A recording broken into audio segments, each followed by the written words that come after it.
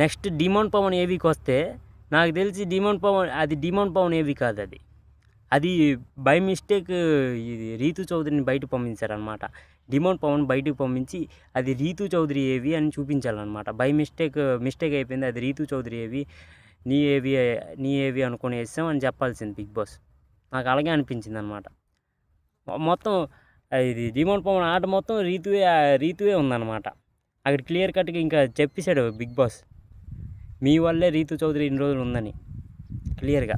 ఇంకా రీతు చౌదరి బయటికి వెళ్ళిపోయి డిమోన్ పవన్కి ఓటేయండి, మీ పక్కింటి నుంచి ఫోన్లు తీసుకోండి, మీ రోడ్డు మీద వెళ్తున్న ఫోన్ దొంగలాడిచి ఓటేసేయండి, ఇది అదే అని చెప్తుందన్నమాట రీతు చౌదరి. చూద్దాం వీళ్ళు బయటికి వెళ్ళాక కూడా ఇలాగే ఉంటుందా లేకపోతే ఎలాగవుద్దని. ఎందుకంటే నాకు తెలిసి డిమోన్ పవన్ కొద్ది కోపం మీద ఉంటాడేమో, ఎందుకంటే కొద్ది బాధలో ఉంటాడేమో, ఎందుకంటే కామనర్ కదా.